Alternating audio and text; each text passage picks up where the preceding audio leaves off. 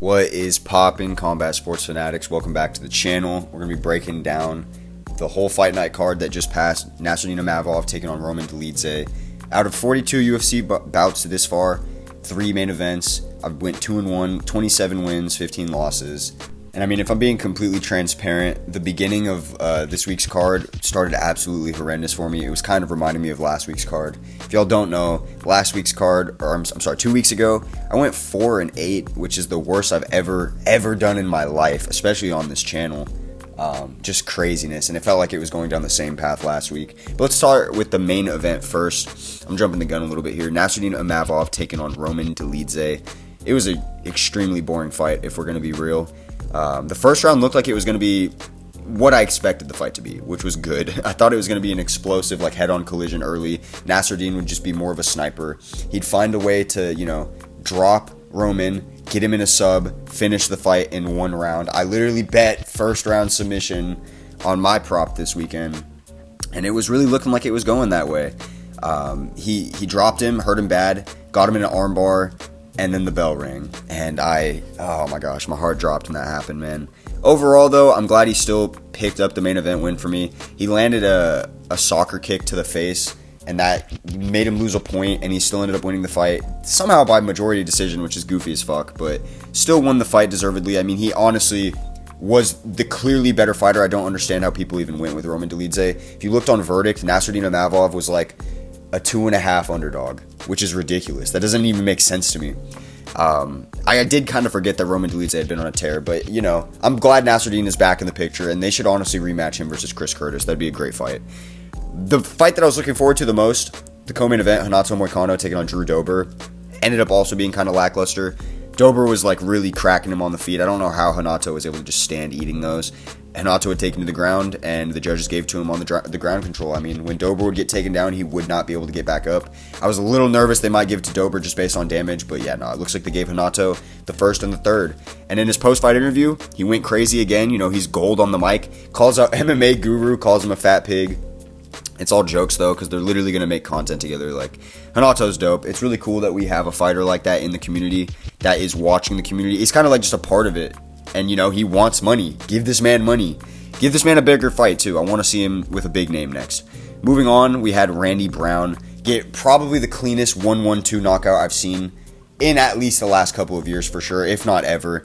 He just fades off, knowing that Muslim's a lot slower, and he wants to challenge the power hand side of Muslim Salikov. So he just fades off with a 1-1-2. The 2 catches him beautifully, just like as clean, as money as you can land a 2, knocks him out cold. First round KO for Randy Brown. I thought it was going to be a submission. I was really hoping I would get that for my verdict pick. Just like drop him and then sub him so I can get the extra points. But you know what? I'll take it. After last week where you're just pretty much praying to even get your picks correct, it's nice to see them not only be correct but like pretty dominantly correct on the main card, that is. For the duration of the main card, pretty much everything went smooth, but yeah, when we start talking about those prelims, it gets bad, boys. Natalia Silva versus Viviane Araujo, that also took place on the card. I predicted this one to a T a little bit. I figured Natalia Silva was just going to be way too quick. She'd get close to TKOing her at some moments on the feet, just throwing all that spinny shit.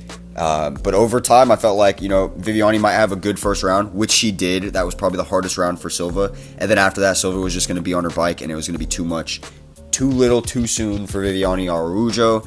She was never even able to land her big power strikes outside of the first round, like maybe in some moments. You could tell that after a while, she just wanted to clinch her up, get her to the ground, do whatever she could to not be standing on the feet with that pressure and that smoke. I like Natalia Silva. She's bad as hell. She honestly has a good personality. Like on the mic, she was a little bit annoying because she doesn't really speak English that well, and she was like trying to have us sing for her birthday. But honestly, it was still kind of wholesome.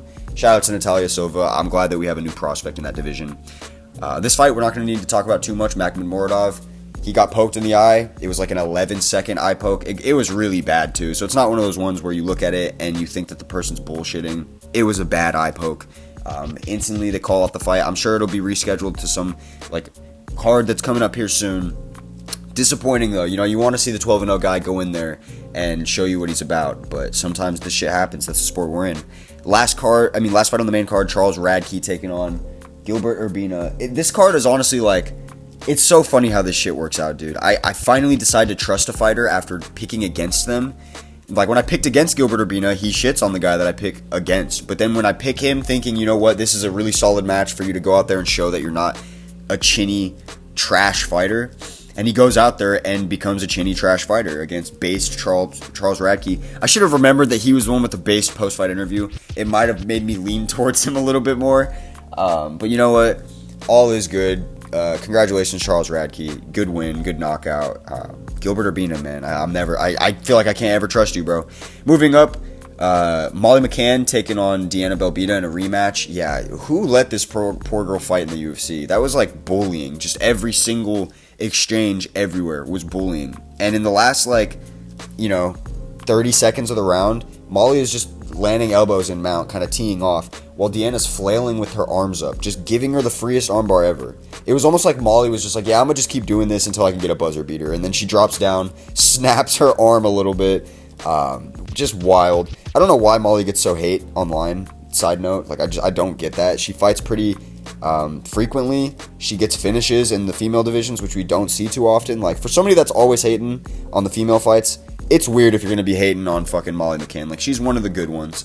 Then we have one of the just most wild upsets I would have thought I'd be seeing. I thought Azat Maxim was going to shred Charles Johnson. It was damn near my lock of the card. Like, especially because Charles Johnson has been so trash lately. I feel like, again, he's one of those fighters where, I was picking him for fights that he should have won, and he loses them. And then the fights that he's clearly counted out and should not win, he finds a way, which is odd. He just kind of revitalized his career, so I'm not the most mad. I might be able to pick him going down the line because he just took out a 17-0 guy. The only problem is this guy's record was padded like Khabib's. He fights people that have no records, straight nobodies, until you have 15 wins, and then you start using the skill that you built up. And he has skill. He is really damn good. He has a good frame for flyweight. He dropped Johnson bad in the first round, and it looked like he could have got him out of there with a choke, but Johnson just stayed alive and won the second and the third round. So congrats to Johnson. You took out a 17-0 guy. I can't be mad at that. Themba Gorimbo comes out and absolutely smokes Pete Rodriguez. Again, another guy that I felt like was just coming in here to be fed into somebody that they want to potentially turn into a star. Now, I do feel like I speak for everybody when I say that nobody saw this coming. Nobody saw Themba going out there, squaring down in the first 30 seconds, and landing a bomb overhand and putting him out. I think we all probably thought he was going to use his grappling and drown Pete Rodriguez out. Still stay on the feet a little bit, but when he came out in the pre-fight interview talking about how he wants to come out here and get a knockout, and he thinks he'll be the champion by this year, kind of impressive. Usually I look at people like that as delusional, but he really has a set goal, and he came out here and he threw hands with the striker, knocked him out quickly. Honestly, I am now looking forward to Themba Gorimbo's next fight, so shout out to him, man. He did everything he needed to do here. And then the last fight we're going to talk about on the card, because the first three prelims were absolute shit, and you all know it, so we don't even need to recap that garbage. First fight, by the way, Jamal Pogues lost. Get the fuck out of here with that. Craziest decision. It's not the craziest. Let me not act like it's a robbery, but bro, he lost the fight. But anyways, I was really high on Blake Bilder. I picked him. I told myself this would be the last time I'm picking him if he can't get it done, because I was so high on him prior to the Kyle Nelson fight. And you know what? He just looked terrible. He actually almost got finished multiple times in the bout, probably in every round. There was a good shot of him getting finished. He was getting wobbled all over the place. Even in the grappling exchanges, he just wasn't as good as I thought he would be. I thought he would be completely overpowering Ji Young in the clinch exchanges or in the takedowns, and he just fucking couldn't. So shout out to that guy. Is what it is. Subscribe to my TikTok and my channel if you want, early betting picks. I'll give you some quicker picks, but yeah, that'll be all. Thank you guys so much for checking me out. It's crazy that I even have a couple of you watching me every week. It's the biggest blessing in my life. I love this shit. I'll catch y'all.